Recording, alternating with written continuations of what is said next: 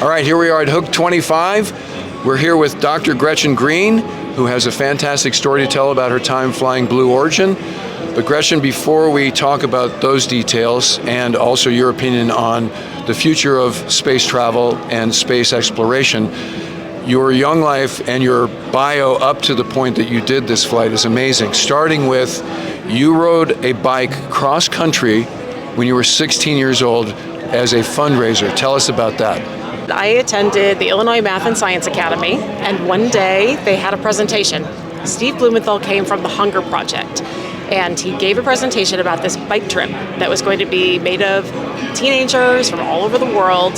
They would bike from Washington, D.C. to Seattle. They had to go that way because in the Goodwill Games, we were going to ride in the opening ceremonies. So normally people go from west to east. We didn't know why at the time, we just knew that we were going east to west. And so we set off on this journey. Originally I sent off for information in the mail because there was no internet at that time. And I thought I was just sending out my postcard and getting back some info, but instead my rider packet came back. And so I turned to my mom and I said, well, Mom, good news, bad news. It turned out I thought I was getting information, but I'm rider 19. Do you think you could go and buy me a bike now? And so you didn't even have a bike that could do this trip. Okay. No. I mean, I had ridden my bike around the neighborhood with Yeah. kids and the Huffy and the streamers and things. But no, I didn't even have a bike to take me on this trip. So that's okay. We went and got a bike, learned about that. I trained, and then we set off. And it became what we thought we knew it would look like on a map to a totally different journey. And that really set that stage for taking on a big goal and realizing that once you know the destination, you can figure it out along the way. Even without the internet, no cell phones. So what year was this that you did that trip? That was 1990. Okay. I was 16 in high school at that time. Okay, so back up 4 years. You went to space camp because you've always had an interest in space, and that kind of set the hook in terms of you being really interested and participating in space flight. So talk to us about how space camp influenced your future decisions and what you wound up doing. My mom had signed me up for space camp. At that point, it had been around for, I think, 3 years. And she signed me up for space camp. And then that January, Challenger exploded. So I went to camp in the context of this major national disaster. And so leading up to camp, I was really mindful that this was something that was so much bigger than just one person. This was truly an international, national goal to go to space, and it took widespread cooperation. And I knew at that point that that was something that would really demand my best. I knew it already. I was going to be a doctor my whole life. That was always my goal. But then adding on that goal, it seemed like yet another way that would demand whatever I was doing, it had to be my best. And if it was something so important people could give their lives for it, it was important enough for me to dedicate mine to achieving that same kind of level of expertise. So you mentioned that you wanted to be a doctor. You are a doctor. So I did. I went to Brown University in their 8-year medical program.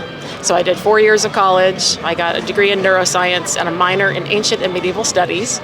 Then I continued on to med school.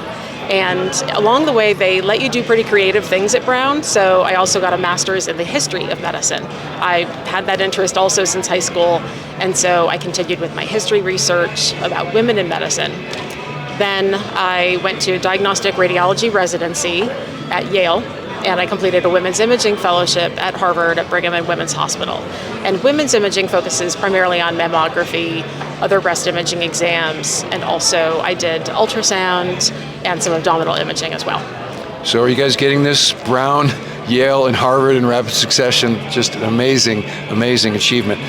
Okay, so let's fast forward to you getting involved with Blue Origin. So I'm sure the audience has seen the high-vis one with Katy Perry and Gayle King. That was a mission before your mission. How does one start to get in the training track and wind up flying on Blue Origin? Obviously, there's a lot of money involved in being able to do this. So talk to us about why Blue Origin and what happens once you desire to fly a Blue Origin mission. The journey to Blue Origin was really the addition of everything else I had done leading up to that point. So continuing in medicine, I had also continued with space camp.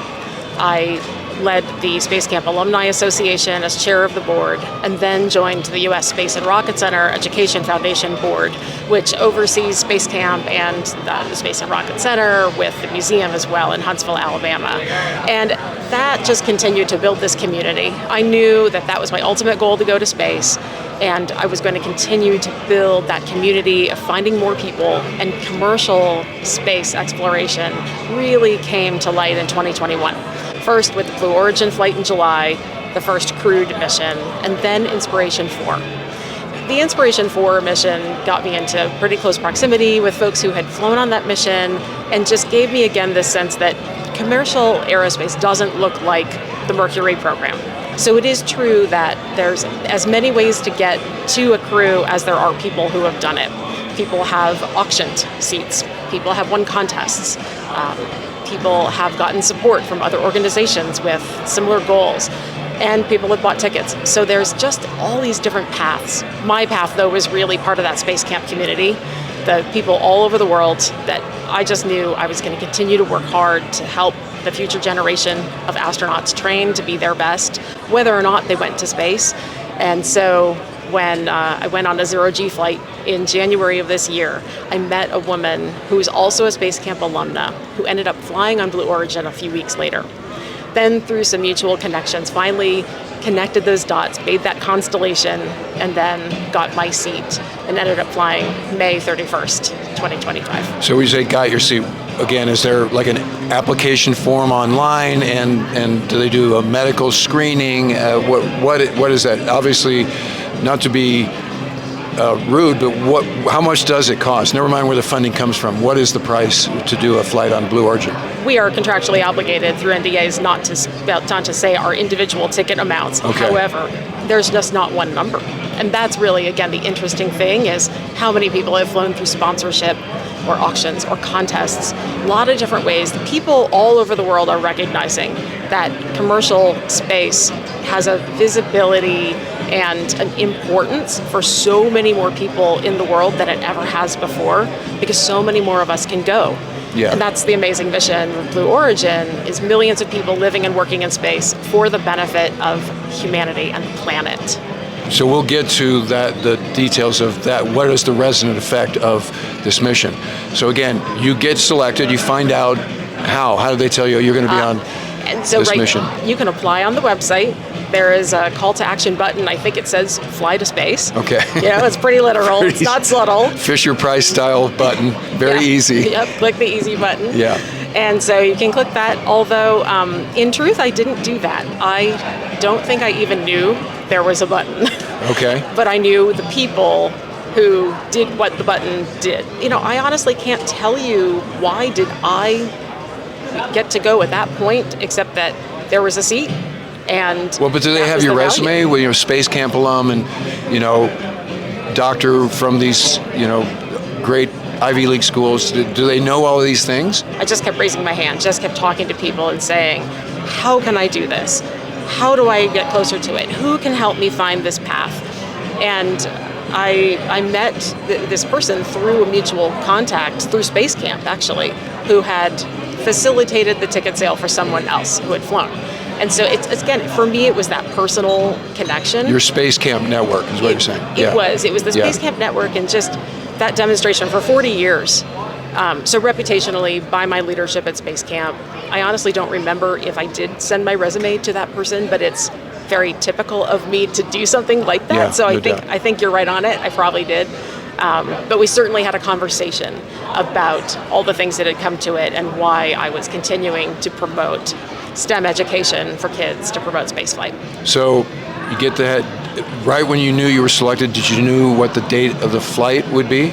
No, because as with spaceflight being unpredictable and needing launch windows and things, there's never a guarantee about when you would fly, but I had a range. So, but with the knowledge that things could change at any point. So what's that range? Months, weeks? Like, keep this window open? Do you have to position yourself at the launch pad or nearby, or just be within the ability to get there in a hurry? I knew it wouldn't be earlier than a certain date because the women's launch had been announced, and so that was known as a date. That was public knowledge with marketing. So I knew it wasn't before that, and then I knew that the goal was roughly during the time period that I was told. So I did have a few months to get ready. For about the first 48 hours, that was it was a shock that it had happened that fast, that it was the right place, the right time, the right people. It felt very serendipitous and yet very intentional at the same time. But for about 48 hours, I did wrestle with the concept of, is it possible these are the last months I have on Earth? What if the worst thing happens and something goes terribly wrong? How would I come to terms with that? How would I prepare? How would I live with that risk balance like I first saw with Challenger? And as I saw with my father, who was a major airline pilot who died in a plane crash. I knew not to bring up trauma, but what were the details of your father's plane crash? It was in 1991. Okay. So he was flying for a major airline. He had flown for the Air Force and then went to commercial aviation. He was captain of the flight that crashed. Okay. Everyone died. I'm sorry to hear that. I did not know that. So obviously, like you said, you're considering your life, the totality of your life, and the consequences of spaceflight, right? It's a risky business, which you knew intimately. Aerospace, air travel, this pursuit is a risky exploration in general. The other thing to mention is you've been to the North Pole. When did you do that? That was in 2022, and my mom, my daughter, and I took a cruise ship. It was the second sailing of this brand new ship that had been designed specifically for polar travel. And that was the most fascinating thing. There was a scientific crew, obviously the ship's crew, and then passengers. Very small group. I think they're, around 100 or so passengers, but very, very few passengers compared to what you think of on a cruise ship. Polar Class 2 icebreaker, but very innovative technology. So a lot of the talks that we saw on board and descriptions were about how they had designed the ship to do this job. There's so many parallels to the commercial space race and everything, how they're inventing it for new purposes that in ways that have never been done before. And so that was actually a really good time to think about risk. By the time we signed up for this, there was only a few weeks before we left. It was very last minute. Again, the opportunity was there and we took it. It was an amazing trip. I started reading a lot of books as fast as I could about the early explorers. And all those early books are the same, basically. They're all about how people went and got stuck, frozen in the ice at various distances from the pole and died of lots of different ways. There's a very clear theme with this. And so it was a little bit challenging vacation reading as you're going along. But again, it was worth it to try. So did the icebreaker go all the way to the pole, or did it stop and then you had to walk some distance, or you made it all the way to the pole on the icebreaker? Yeah, made it all the way to the pole. So there's an open bridge. You can look at the navigation equipment. It's down to 6 or 7 decimal places. So when you reach 9090, you're at the North Pole. Wow, fantastic. And then we did get to walk around. So we reached it one night, and then the next morning they set out guards against the polar bears, and they roped off. Did you see any? We did from the ship, but not at the North Pole. Okay.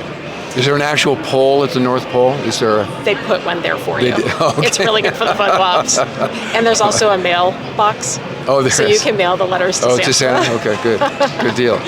All right, so back to Blue Origin. Yeah. So you find out you're part of the crew. They give you a window.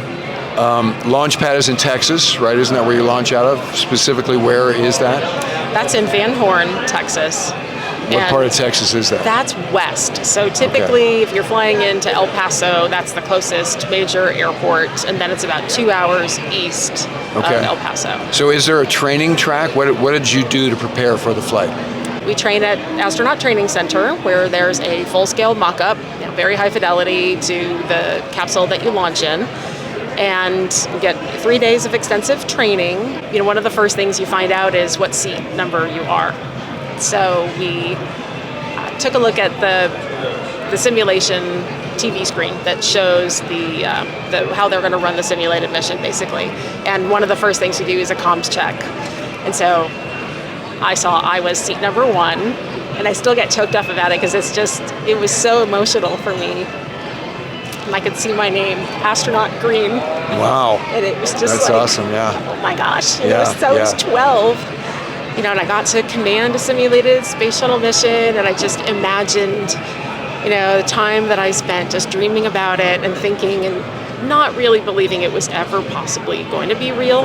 Out of 100 billion humans who have walked on this planet, only just over 100 women have gone to space. I'm so fortunate. I'm so lucky to have gotten to do it. So, I love talking about it. And it was those moments I felt so prepared. The training started long before those 3 days in Van Horn for me. It was those 40 years. And I was so mentally prepared that each of those kinds of moments was just joy. It was so much enjoyment for me, and just like Christmas every minute, just like presents all the time. No doubt. So walk us through the mission. You man up, talk about the orientation of everybody on the launch, the actual flight, and then the recovery as well. Our team was so cohesive. We called ourselves Pathfinders because each of us had a different path that had led us there. So tell us who else was on the flight. Give us a quick bio on the other people. The themes here were entrepreneurship and world travel. Those were really the themes. So of those, one of the best representatives is Jaime Aleman, who's from Panama. And on our flight, he became the first human to ever visit all 193 countries in the world, the North Pole, the same cruise that I did, a different year though, the South Pole, and space.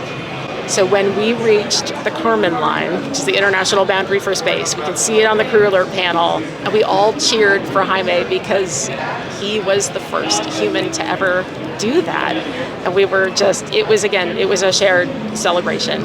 Paul Jarris lives on an island near Ohio, or in Ohio, I guess, and he is a real estate developer, and his father was part of the Voyager program.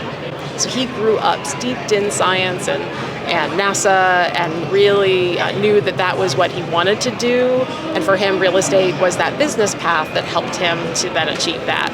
Jesse Williams is a mountain climber and a computer and tech expert who has climbed 6 of the 7 highest peaks in the world on each continent. So for him, going up is a very natural component of what he has done. Mark Rocket, who changed his name only after he had acquired a rocket launching company in New Zealand. It was the first Kiwi to launch to space. That was exciting for him because he's someone who is also developing commercial aerospace and in the Southern Hemisphere. And then Amy Medina Jorge is a teacher in Houston who teaches STEM. And she is also a Space Camp alumna. She went to the Space Camp for Educators program. So that was a very emotional connection for me because with the pandemic, Space Camp shut down. I was helping to lead the Space Camp Alumni Board at that point.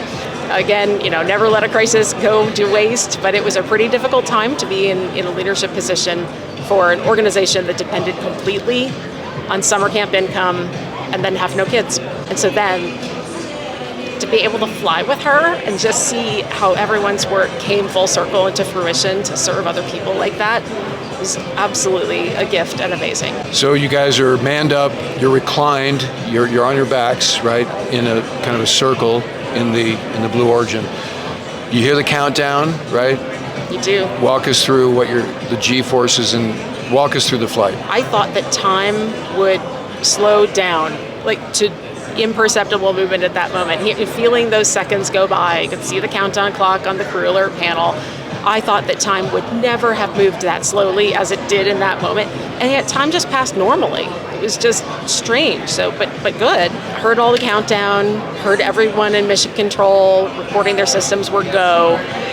Just so much anticipation.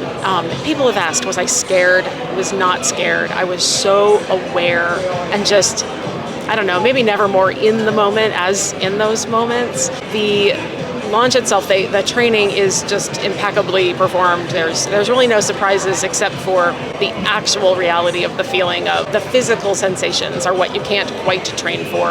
And that's no minor thing, right? I mean, G-forces is like my first cat shot.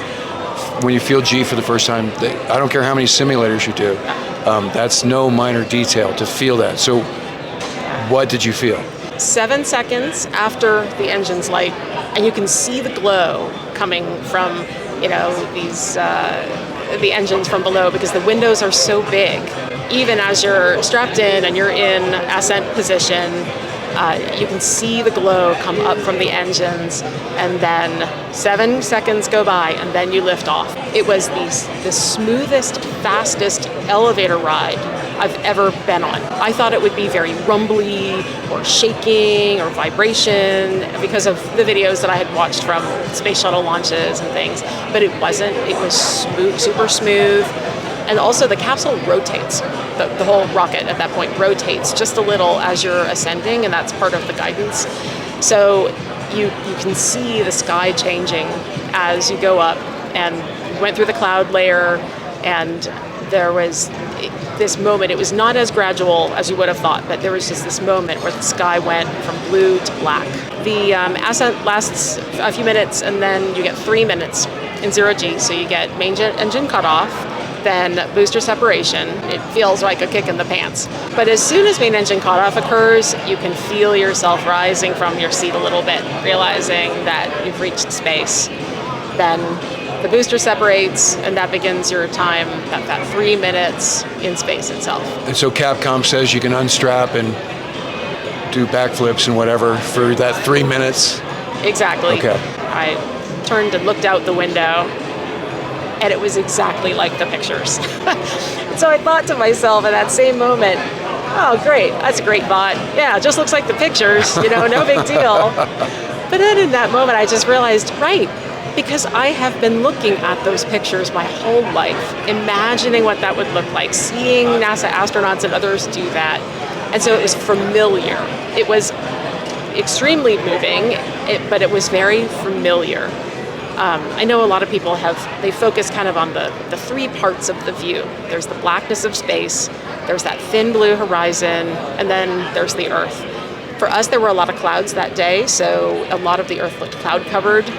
But when you look through the windows, you can absolutely see the curvature of the whole Earth. I felt in that moment that everything I had done was worth it. The feeling of zero gravity just enveloped me. It was the most natural feeling. I found maneuvering was much easier than I had practiced on a 0G flight, so truly that training had paid off. And it was just a very comfortable, very affirming experience. I turned, and after I was looking at the view, and I turned and just wanted to see the crew. I wanted to see what everyone else was experiencing and going through. And that was a very unexpected perspective, that when I turned back to look at everyone, because you're all seated in a circle around the capsule, each in your own seat, in your own window. But doing that, I got the view out of everyone else's windows too. And so that was a different perspective of a much wider view of the Earth as I was checking in with my own crew. So Capcom's like, okay, everybody strap back in. You get that heads up, so you go ahead and strap back in, get ready for re-entry. So what was the feeling when you're returning to Earth?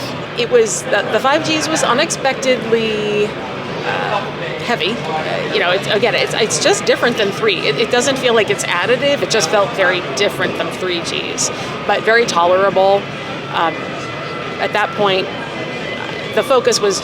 my focus was really on when we land, we're safe. You hear the warning about the drogue chutes, then the mains follow. At that point, you start to see the Earth come back into view through those windows, and a pretty gentle touchdown with a little puff from the engine at the end to kind of break your fall. And the capsule undergoes a safing procedure, and the trucks come out with your family member designated +1 who's with you, and the Blue Origin staff. The most important thing I remember thinking as I was getting out was, be very careful how to put your feet down. Don't fall down getting out of the capsule. Like this glory moment. So as you've really beautifully described, this flight was the culmination of your dreams from being a young girl all through your medical career. Some circles like to trivialize what they're calling space tourism. Obviously, Jeff Bezos is a lightning rod for a lot of negative press, and they like to show the part where he face planted when his wife was getting out. She was his fiance at the time. But in your opinion, where does efforts like Blue Origin fit into the big picture of space exploration, and how that can be in the advancement of science, technology, humanity. We are struggling right now during this infancy of commercial space, and to find the right words. There's a lot of focus on that. What do we call commercial astronauts? Do we call them passengers or tourists? And I think it really depends on the intent and the identity. And it's each of us went to that launch for a different reason, but a lot of us again shared those common goals of doing something that was nearly impossible and demanded all of us to be our best. So if we as humanity can just agree that space is something that is for everyone, that benefits everyone because it helps us all be whatever our highest purpose is, we will have succeeded. To have this opportunity, even for someone like me, for people like me, and yes, we have a network of Blue Origin astronauts and beyond that, and the impact I think that we can have in the world is to show people what's possible. Fantastic. Well, Dr. Gretchen Green, thank you for sharing your story and thank you for being on the channel today. Thank you so much for having me. All right, that'll do it for this episode. If you're not already a subscriber, become one so you don't miss anything. And we look forward to talking to you again very soon.